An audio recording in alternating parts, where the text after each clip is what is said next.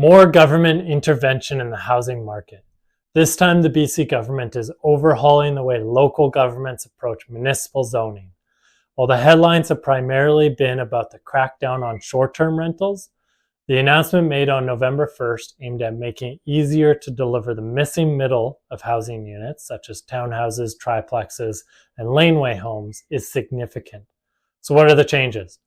Firstly, all properties will be permitted a secondary suite or laneway home, and in the more populated municipalities, local governments will be forced to update their zoning bylaws, allowing 3 to 4 units on a single-family lot, size dependent, and even 6 units permitted on larger lots that are currently zoned for single-family or duplex use.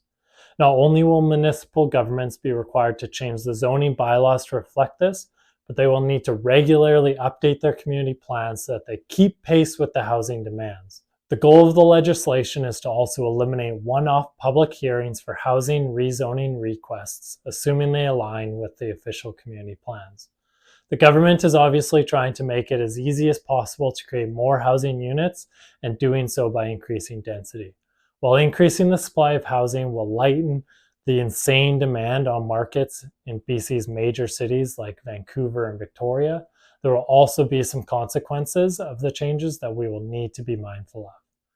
The concern is that this policy change will increase land values even further, which certainly won't help affordability.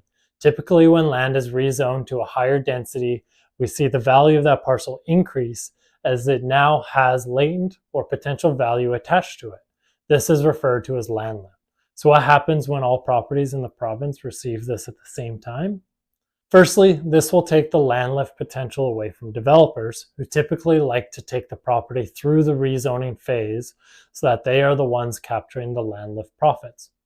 It's why you will see developers go through the process to only then sell the property to the person that's going to do the actual building. While it sounds like a great idea to allow homeowners to capture the land lift rather than developers, it also means that developers have a lower profit margin and incentive to go ahead with the building projects that this policy is attempting to motivate. In 2017, Kelowna tried something similar on a smaller scale, and the result was that it was generally homeowners selling directly to builders, resulting in hundreds of new units. This was only possible by essentially pre-approving certain fourplex designs that allow smaller builders backed by less resources and experience to successfully take on the project normally completed by the larger developers. We must also consider that the reason upzoning lots has historically led to such a large land lift is the scarcity that municipalities such as Victoria has made available for upzoning. This is being removed from the equation. Also to be factored into the discussion is that not all properties will see an increase in value by the rezoning due to their location. There's less demand for density the further out of town you get, where single-family dwelling may be the highest and best use. There will also be constraints such as cost of labor and materials, meaning that it's not feasible for all lots to actually take advantage of the upzoning.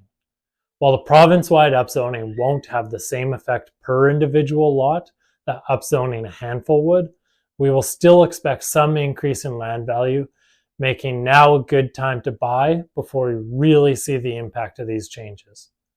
In the end, Victoria desperately needs to increase its density.